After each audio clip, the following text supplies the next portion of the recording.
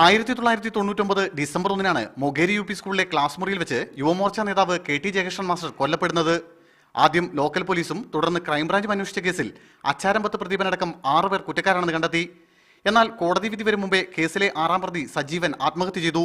ബാക്കിയുള്ള 5 പ്രതികളെ 2003 August 23 Thalassery fast track കോടതി വധശിക്ഷയ്ക്ക് വിധിച്ചു.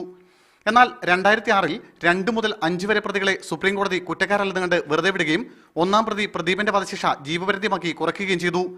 പിന്നീട് TP ചന്ദ്രശേഖരൻ വധക്കേസുമായി ബന്ധപ്പെട്ട് പോലീസ് ചോദ്യം ചെയ്യലിൽ TK രജീഷ് നടത്തിയ വെളിപ്പെടുത്തലാണ് ജയകൃഷ്ണൻ മാസ്റ്റർ വധക്കേസിൽ വീണ്ടും വഴിത്തിരിവായത്.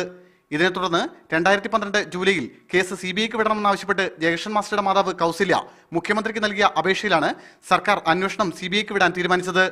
CBIക്ക് വിടണം, വിട്ടിട്ട് അത് അതിൻ്റെ അന്വേഷിച്ചിട്ട് കണ്ടുപിടിച്ചിട്ട് ഒരു തീരുമാനം എടുക്കണം. പാർട്ടി നൽകിയ ലിസ്റ്റ് അനുസരിച്ചാണ് പ്രതികളെ പോലീസ് അറസ്റ്റ് ചെയ്തതെന്ന ആരോപണം അന്വേഷണ സമയത്ത് തന്നെ ഉയർന്നിരുന്നു. യഥാർത്ഥ പ്രതികളെ അറസ്റ്റ് ചെയ്യണമെന്നാവശ്യപ്പെട്ട് BJP പ്രക്ഷോഭം ആരംഭിക്കാനിരിക്കെയാണ് സർക്കാർ തീരുമാനം. സുനിൽ ഐസക്, മീഡിയ